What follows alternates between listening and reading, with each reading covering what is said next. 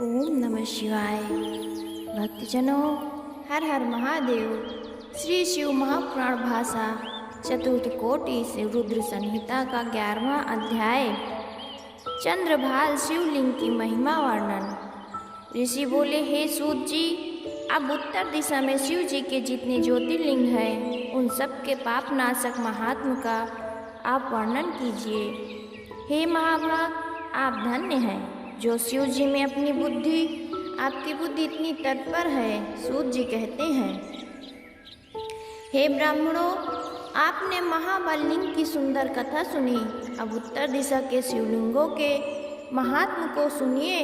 गोकर्ण तीर्थ में जहाँ एक अत्यंत पवित्र वन है, जहाँ चंद्रभाल नामक श्रेष्ठ शिव जी का ज्योतिर्लिंग है, जिसे अपनी सुंदर भक्ति द्वारा रावण ने स्थापित किया था और जो संपूर्ण सिद्धियों को देने वाला है।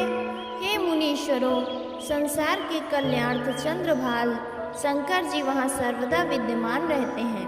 जो गोकर्ण में स्नान करके इन चंद्रभाल शिव जी की पूजा करता है, वो निश्चय ही शिवलोक को प्राप्त होता है। इसमें कुछ भी संदेह नहीं है। ये चंद्रभाल शिव जी बड़े ही दयालु और अद्भुत महिमा वाले हैं। इनकी महिमा तो बड़ी विशाल है, जो मेरे मन की सामर्थ्य से बाहर है। तथापि अपनी अल्प बुद्धि से इतना कहता हूँ। फिर मिश्रर्षि तीर्थ पर दादी नामक शिवलिंग है, जिसे दधीचि मुनि ने बड़े प्रेम से स्थापित किया है। वहाँ जाकर सविधि स्नान करके दादिकेश्वर शिवलिंग की पूजा करनी चाहिए और शिव जी की प्रसन्नता के लिए यहाँ दधीचि ऋषि की मूर्ति पूजने के योग्य है। ऐसा करने से मनुष्य कृतकृत्य हो इस लोक में सुख भोग कर परम लोक में सद्गति को प्राप्त करता है। ये जो नैमिषारण्य में सभी ऋषियों द्वारा सुखदायक ऐसे अनेकों ज्योतिर्लिंग स्थापित हैं, जिनके दर्शन तथा पूजन से इस लोक तथा परलोक से मुक्ति तथा भुक्ति प्राप्त होती है। हत्या अपहरण पर करोड़ों हत्याओं को दूर करने वाले शिवलिंग स्थापित हैं, जो देवप्रयाग में ललितेश्वर और नेपाल नामक प्रसिद्ध पुरी में सर्व कामदायक पशुपतिश नामक ज्योतिर्लिंग है, जो अपने शिरोभाग से वहाँ स्थित हैं, जिनकी कथा केदारेश्वर के इतिहास में कहूँगा।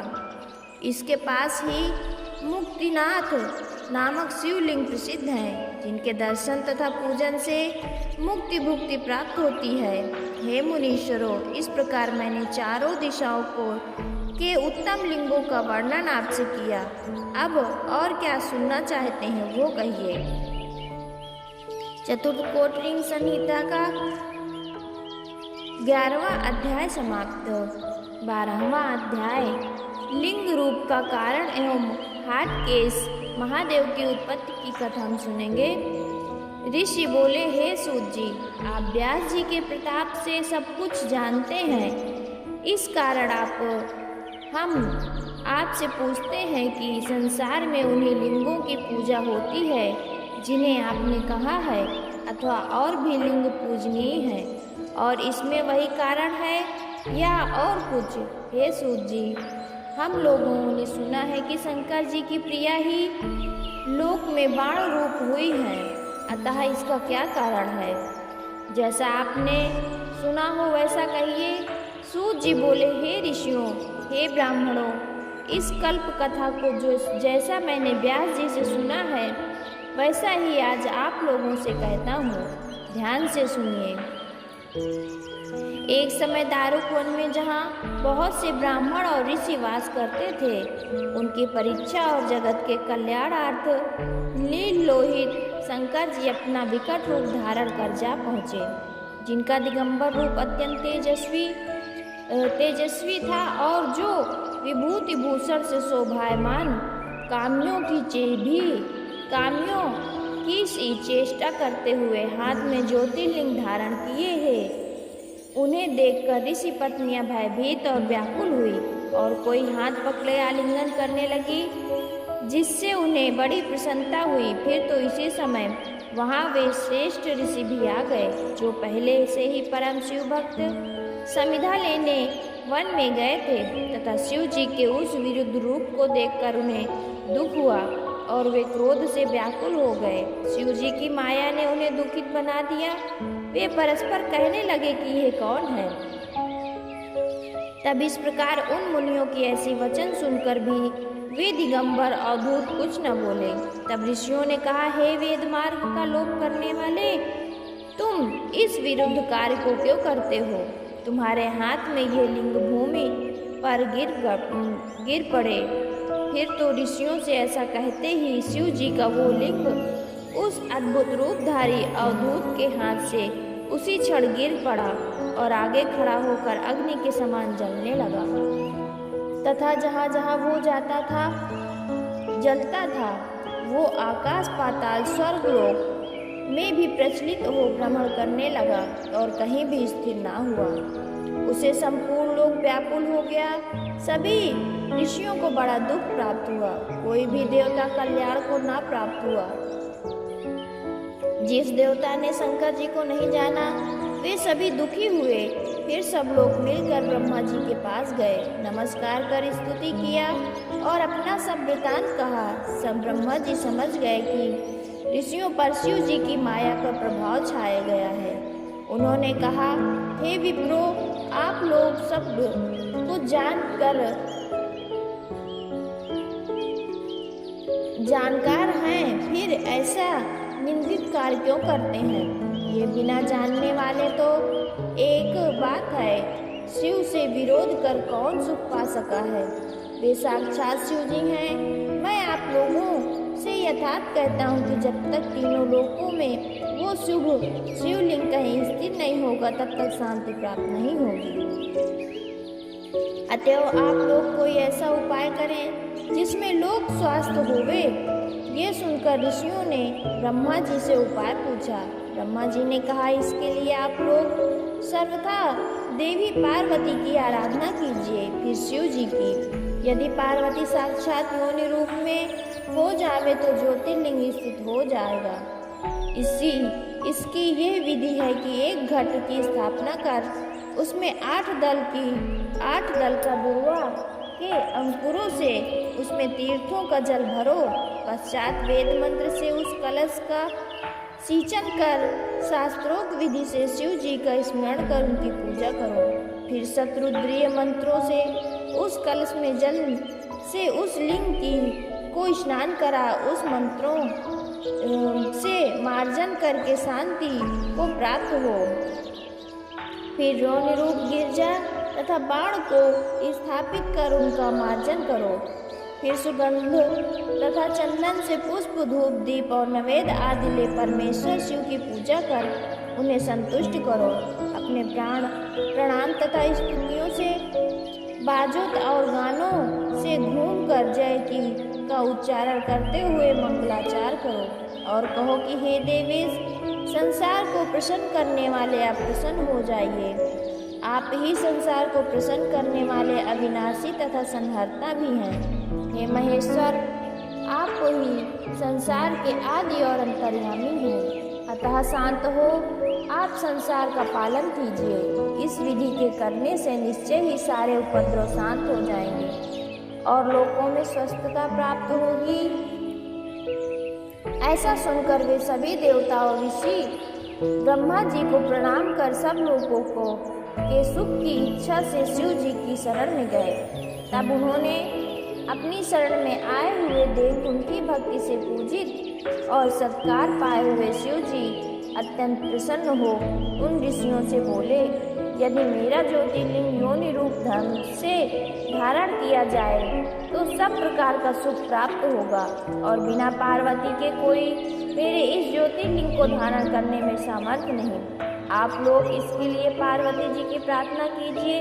ब्रह्मा जी को साथ लिए देवताओं सहित ऋषियों ने पार्वती जी की प्रार्थना की।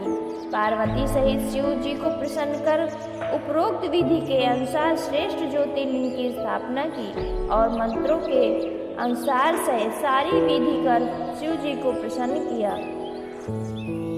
जगन माता पार्वती भी संतुष्ट हुई और उन्होंने उस रूप से उस लिंग को धारण किया।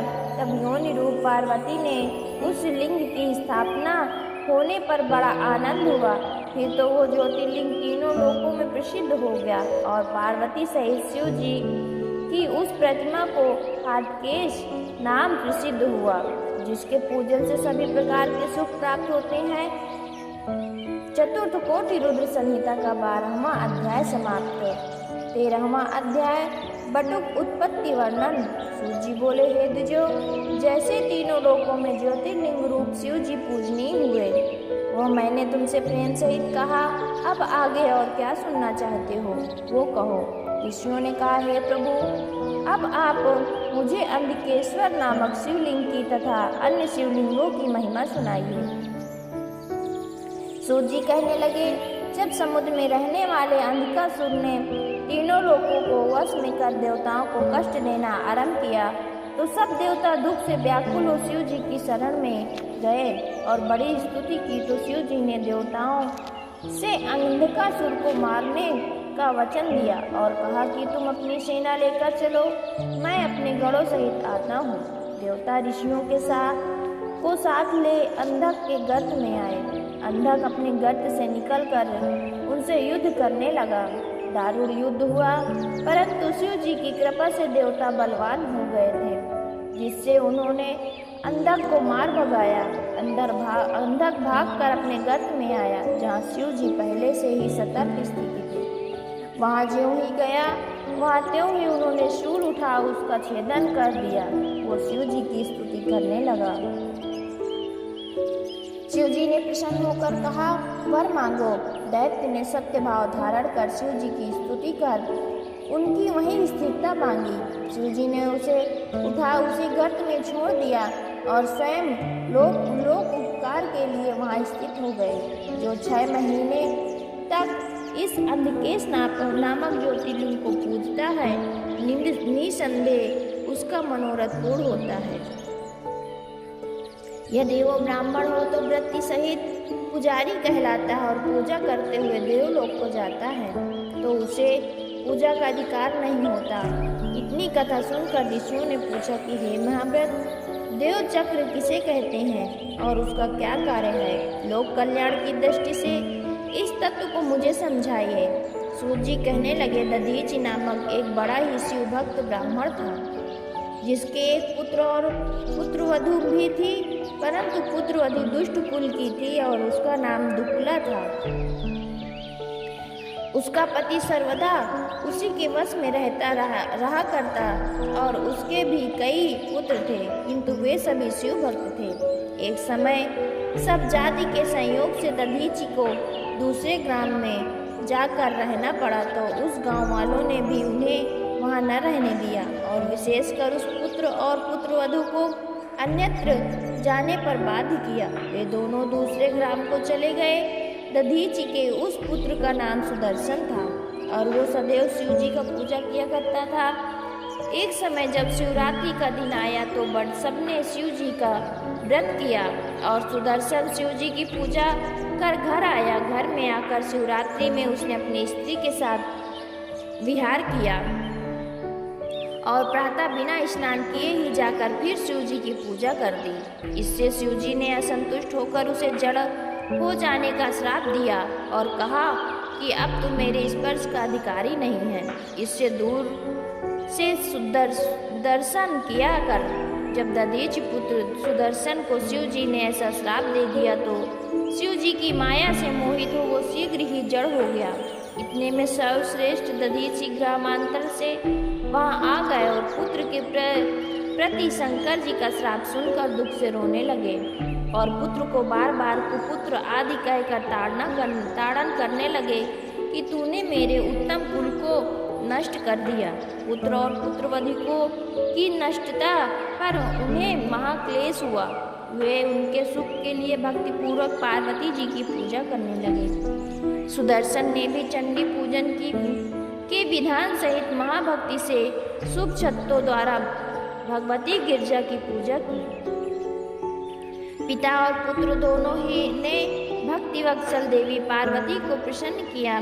तब उनकी सेवा के प्रभाव से प्रसन्न हो चंडिका ने सुदर्शन को अपना पुत्र बना लिया। देवी गिरजा ने सुदर्शन के लिए शिव जी को प्रसन्न किया।